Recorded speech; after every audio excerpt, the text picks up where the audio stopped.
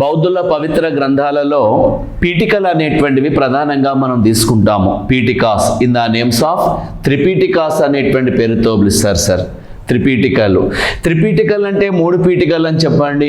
పీఠికలు అనేటువంటివి పాలీ భాషలో రాస్తారు, సాంస్క్రిట్లో కూడా ఉంటాయి. మెయిన్గా మాత్రం పాలీ భాష అని చెప్పేసేయండి. పాలీ భాష బౌద్ధులు ఉపయోగించినటువంటి పవిత్ర గ్రంథాలు పాలీ భాషలో ఉంటాయి. వాటిని ఏమంటారంటే పీఠికాస్ అనేటువంటి పేరుతో పిలుస్తారు.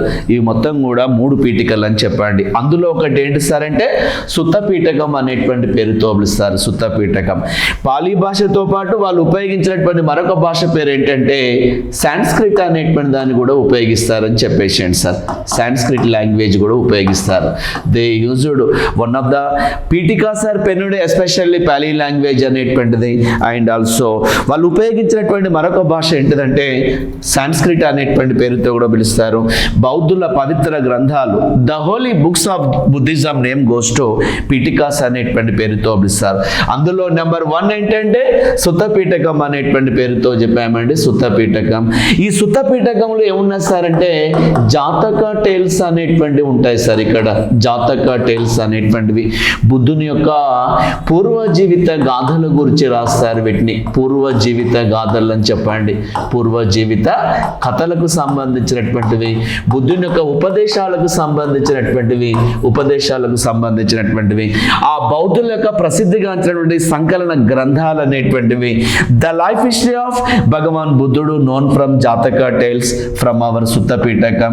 సుత్త పీఠకంలో ఇక్కడ ఉన్నటువంటి భాగాలు ఏంటి సార్ అంటే నెంబర్ 1 దిగనికాయ పార్ట్, నెంబర్ 2 మధ్యమ Nikaya part, number 3 Anguttara Nikaya part, number 4 సంయుక్త నికాయ పార్ట్, నెంబర్ 5 ఏంటి సార్ అంటే నెంబర్ 5 ఏంటిదంటే కుద్దక నికాయ పార్ట్ అనేటువంటి పేరుతో ప్రస్తావిస్తారు. ఇందులో ఖచ్చితంగా మనకు అడుగుతూ ఉంటాడు సార్. పీఠికలలో మెయిన్ పీఠిక మాత్రం ఏంటి సార్ అంటే మెయిన్ పీఠకం ఏంటిదంటే అదే మన సుత్త పీఠకం అనేటువంటిది. ఇట్ వాజ్ పెన్నుడ్ బై ఆనందుడు అనేటువంటి వాడు అని చెప్పేసేయండి సార్. ఆనందుడు అనేటువంటి వాడు బౌద్ధాన్ని స్వీకరించి బుద్ధునికి శిష్యుడైన మొట్టమొదటి శిష్యుడు ఎవరు సార్ అంటే ఆనందుడు అనేటువంటి వాడని చెప్పండి. ఈ వాజ్ కజిన్ టు బుద్ధుడు అనేటువంటి వాడని చెప్పండి. మన యొక్క గౌతమి వాళ్ళ కొడుకే ఆనందుడు. ఆ ఆనందుడు రాసినటువంటి పీఠకం పేరే సుత్త పీఠకం అనేటువంటి పేరుతో ప్రస్తావిస్తారు. ఇందులో బుద్ధుని యొక్క పూర్వ జీవిత గాథలకు సంబంధించినటువంటి జాతకథలు అనేటువంటి ఉంటాయి సార్. అండ్ ఆల్సో అతని యొక్క ఉపదేశాలు అనేటువంటి సంకలనం చేయబడతాయని చెప్పండి. 3 పీఠికలలో అతి ముఖ్యమైనటువంటి పీఠికం మాత్రం ఏంటిదంటే సుత్త పీఠకం అనేటువంటిది. ఇందులో మొట్టమొదటి పార్ట్ అయినటువంటి దిగనికాయలో ఏమున్నాయి సార్ అంటే 34 శ్లోకాలతో రాయబడ్డది దిగనికాయ అనేటువంటిది. ఇందులో 2 గణతంత్ర రాజ్యాల గురించి రాసింది సార్. రిపబ్లిక్ అనేటువంటి ప్లేస్ అని చెప్పేసేయండి. రిపబ్లిక్ కింగ్డమ్స్ అనేటువంటి పేరుతో పిలుస్తారు. రిపబ్లిక్ కింగ్డమ్స్ అనేటువంటివి kingdoms we know very well in 6th century BC nearly 16 kingdoms was origin in the name of the Shodasha Majanapadalu. Among 16 kingdoms 2 kingdoms are belongs to republic kingdoms in the names of ఆ యొక్క వజ్జి అనేటువంటి పేరుతో పిలుస్తారు sir. Vajji అనేటువంటిది. Second one is the మల్ల అనేటువంటి పేరుతో పిలుస్తారు. The capital city of Vajji Vaishali అని చెప్పేసేయండి. వైశాలి అనేటువంటిది. మల్లకి ఏంటి సార్ అంటే కుషినార అనేటువంటి పేరుతో పిలుస్తారు సార్. కుషినార. వజ్జి అండ్ మల్ల the 2 places was recognized as republic states in the name of గణతంత్ర రాజ్యాలుగా పిలువబడతాయని చెప్పేసేయండి. గణతంత్ర రాజ్యాలు. ఆ 2 రిపబ్లిక్ రాజ్యాల గురించి ప్రస్తావిస్తున్నటువంటి సుత్త పీఠకంలోని మొట్టమొదటి భాగం ఏంటిదంటే దిగనికాయ అనేటువంటిది అని చెప్పేసేయండి సార్. దిగనికాయలో మొత్తం శ్లోకాలు ఎన్ని ఉంటాయి సార్ అంటే 34 శ్లోకాలతో రాయబడ్డటువంటిది అని చెప్పేసేయండి. అండ్ ఆల్సో సెకండ్ వన్ మధ్యమ నికాయ డీల్స్ ఓన్లీ 125 శ్లోకాస్ అనేటువంటిది ఉంటాయి సార్. 125 శ్లోకాలతో రాయబడ్డటువంటి ప్రముఖమైనటువంటి కావ్యమే ఈ మధ్యమ నికాయ అనేటువంటి పేరుతో చెప్పేసేయండి. మధ్యమ నికాయ అనేటువంటిది. వన్ ఆఫ్ ద ఇంపార్టెంట్ ఏంటి సార్ అంటే Anguttarini. The total shlokas among Anguttarini 2300 shlokas అనేటువంటి ఉంటాయి సార్. శ్లోకాస్ అనేటువంటివి. ఈ అంగుత్తరిణిలో ప్రత్యేకత ఏంటి సార్ అంటే సుత్త పీఠకంలోని అంగుత్తరణ అనేటువంటి భాగంలో ఏమున్నాయి సార్ అంటే సుత్త పీఠకంలోని అంగుత్తరణ అనేటువంటి దాంట్లో 16 జనపదాల ప్రస్తావన ఉందని చెప్పేసాను sir. 16 kingdoms information known from 16 16 kingdoms information known from, అదే మన యొక్క అంగుత్తరిణి అనేటువంటిది అని చెప్పేసేయండి. అంగుత్తరిణి అని చెప్పేసేయండి. అంగుత్తరిణి ఏ భాగంలో ఉన్నది సార్ అంటే, ఏ పీఠకంలో ఉంటుంది సార్ అంటే సుత్త పీఠకం అనేటువంటిది అని చెప్తా ఉన్నాం సార్. సుత్త పీఠకం 16 జనపదాలు, ఆ 16 జనపదాల యొక్క ప్రస్తావన చేసినటువంటి అతి ముఖ్యమైనటువంటి పీఠిక భాగం ఏంటంటే అంగుత్తరిణి అని చెప్పేసేయండి. In 6th century BC we know very well, we finish the chapter also, షోడశ మహాజనపదాలు అనేటువంటివి 16 జనపదాల ప్రస్తావన. అందులో బల్కిస్ట్ కింగ్డమ్ ఏంటి సార్ అంటే మగధ రాజ్య విజృంభణ మనం మాట్లాడుకున్నాము. ఆ 16 రాజ్యాలను షోడశ మహాజనపదాలు అంటారు. వాటి ప్రస్తావన చేసినటువంటి సుత్తపీఠక భాగం ఏంటి సార్ అంటే అంగుత్తరిణి అనేటువంటి పేరుతో ప్రస్తావిస్తారు. దయచేసి చెప్పండి. గణతంత్ర రాజ్యాల ప్రస్తావన చేసింది ఏంటి సార్ అంటే అదే మన యొక్క దిగనికాయ అనేటువంటి పేరుతో. మరి అంగుత్తరిణి కాయ ఏం చెప్పిందంటే 16 జనపదాలు 6వ శతాబ్దంలో అవతరించాయని చెప్తారు సార్. అండ్ ఆల్సో సంయుక్త నికాయ అనేటువంటిది ఏం చెప్తున్నా సార్ అంటే 56 శ్లోకాలతో రాయబడ్డ సార్ సంయుక్త నికాయ అనేటువంటిది. లాస్ట్ వన్ ఖద్దక నికాయ అనేటువంటి పేరుతో లేదా ఖుద్దక నికాయ అనేటువంటి పేరుతో ప్రస్తావిస్తారు సార్. ఇందులో 15 చిన్న పుస్తకాలు రాయబడ్డటువంటి సార్, చిన్న పుస్తకాలు అనేటువంటిది రాశారు. ఇందులో ప్రధానంగా 543 జాతకథలతో రాసినటువంటిది ఖుద్దక నికాయ అనేటువంటి పేరుతో ప్రస్తావిస్తారు. ఇది ఖచ్చితంగా చెప్పండి సార్. 3 పీఠికలలో మొట్టమొదటి పీఠకం పేరు ఏం పేరంటే సుత్త పీఠకం అనేటువంటి పేరుతో పిలుస్తారు సార్. సుత్త పీఠకంలో ప్రత్యేకత ఏంటి సార్ అంటే అతి ముఖ్యమైనటువంటి పీఠకం అని చెప్పేసేయండి సార్. అతి ముఖ్యమైన పీఠిక అని చెప్పేసేయండి సార్. పీఠికం అనేటువంటి పేరుతో పిలుస్తారు. పీఠికలు ఏంటి సార్ అంటే the worship books of the Buddhism name goes to Pitakas. Pitakas are penned in Pali language అని చెప్పేసేయండి. And they used under one more language in the name of Sanskrit అని కూడా చెప్తారు. బౌద్ధులు రాసేటువంటి భాషలు 2 అని చెప్పండి సార్. ఒకటి పాలీ భాష, ప్రాకృత భాష. బట్ పీఠికలు మాత్రం మెయిన్గా పాలీ భాషలో రాస్తారు. అందులో మొట్టమొదటి పీఠికం ఏంటి సార్ అంటే సుత్త పీఠకం అనేటువంటిది అని చెప్పేసేయండి. ఓకేనా? Very very important sir. ఇది ఏంటంటే మనోళ్ళు రాసినటువంటి ప్రధానమైనటువంటి ఆ యొక్క పుస్తకాలని చెప్పేసేయండి సార్.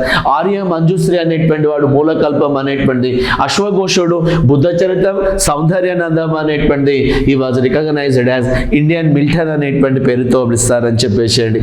బౌద్ధులకు సంబంధించినటువంటివి సాహిత్యం అనేటువంటిది పాలీ భాషలో, సంస్కృత భాషలో ప్రస్తావన జరుగుతూ ఉంటుందని చెప్పుకుంటున్నాము.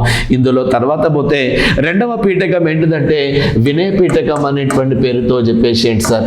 వినయ పీఠకం అనేటువంటి పేరుతో పిలుస్తారు. 2వ పీఠకం ఏంటి సార్ అంటే వినయ పీఠకం అనేటువంటిది. ఈ వినయ పీఠకంలో ఏమున్నా సార్ అంటే ఇట్ వాజ్ పెన్డ్ బై ఉపాలి అనేటువంటి వాడు చెప్పేసాడు సార్. ఉపాలి అనేటువంటి వాడు ఆక్యుపేషనల్లీ బిలాంగ్స్ టు బార్బర్ అనేటువంటి వాడు అని చెప్పేసాడు సార్. బార్బర్ అనేటువంటి వాడు అని చెప్పండి.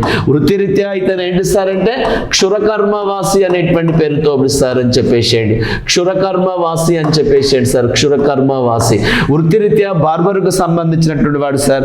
బట్ ఆయన ప్రత్యేకత ఏంటి సార్ అంటే ఈ also converted to Buddhism as a second disciple to బుద్ధుడు అండ్ ఈ penned one of the valuable text in the name of Vinaya పీఠకం అనేటువంటిది రాస్తాడు సార్. వినయ పీఠకం. వినయ పీఠకంలో ఉన్న ప్రస్తావన ఏంటిదని అడుగుతూ ఉంటాడు sir. It was penned about the Bauddhas ఏంటి సార్ అంటే డిసిప్లినరీ యాక్టివిటీస్ అనేటువంటిది అని చెప్పేసేయండి సార్. డిసిప్లినరీ యాక్టివిటీస్ అనేటువంటిది ప్రస్తావిస్తున్నారు సార్. యాక్టివిటీస్ అని చెప్పేసి బౌద్ధులకు సంబంధించినటువంటి క్రమశిక్షణకు సంబంధించినటువంటి అని చెప్పేసాడు సార్. బౌద్ధులకు సంబంధించినటువంటి నీతి నియమాలకు గురించి రాస్తా ఉన్నది సార్. ఇది నీతి నియమాలు, discipline and also moral values అనేటువంటి పేరుతో పిలుస్తారు సార్. మోరల్ వాల్యూస్ అనేటువంటి పేరుతో పిలుస్తారు. క్రమశిక్షణ బౌద్ధులకు సంబంధించినటువంటి క్రమశిక్షణ అయితేంది, బౌద్ధులకు సంబంధించినటువంటి నీతి నియమాలు అయితేంది బిడ్డ, ఇత్యాది విషయాల గురించి ప్రస్తావిస్తున్నటువంటి పీఠకం ఏంటిదంటే వినయ పీఠకం. ఇట్స్ రిటర్న్ బై ఉపాలి అండ్ ఈ వాజ్ సెకండ్ డిసైపుల్ ఆఫ్ బుద్ధుడు అనేటువంటి పేరుతో చెప్పేసేయండి. ఆయన వృత్తిరీత్యా క్షురకర్మవాస అనేటువంటి పేరుతో బార్బర్ అని చెప్పేసేయండి సార్. బట్ ఈ was popularised as one of the great బౌద్ధ స్కాలర్ అండ్ వినయ Pitaka it was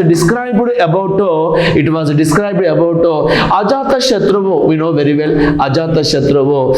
for సేకింగ్ of kingdom అజాత శత్రువు was attack on his father we know very well. అజాశత్రువు అనేటువంటి వాడు ఏం చేసిండు సార్ అంటే తన తండ్రిని చంపి రాజ్యానికి వస్తాడు అనేటువంటి ఇన్ఫర్మేషన్ చెప్పేసేయండి. I'm going to the very very information sir.